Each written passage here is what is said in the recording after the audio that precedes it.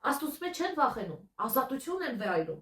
Ազատությունը այն չէ, որ դու ինչ որ ուզում ես, այն անում ես, սիրելի քույրս ու եղբայրս։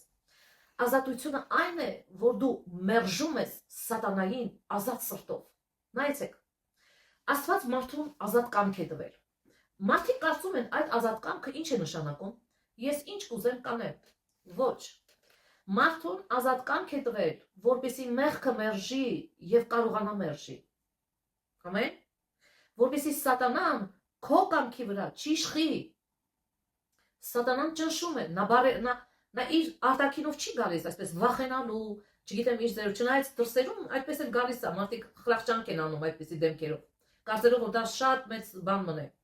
Բայց ես ասեմ, սատանան գալիս է մտքերով, գայթակղություններով, ցանկություններով, իմաստուն մտքերով, որ ես աշխատեմ, հասցնեմ, այս անեմ, այն անեմ, եւ մարդկանց ամբողջ ուժը, միտքը, զորությունը, կարողությունը դնում են բիզնեսի ու գործի վրա, մտածելով Աստված խելք է տվել մարդուն։ Այո, տվել է, եւ այդ խելքը այն է, որ եթե դու ստեղծված ես Աստծո կողմանը, Աստված էլ քեզ կտա իմաստություն, ճշմարտությամբ դրամ աշխատելու։ Աստված խելք է տվել, որ դու տկար ես, այս կյանքում չես կարող ամեն հաջողությունների հասնել, որ դու կարիք ունես Աստծո։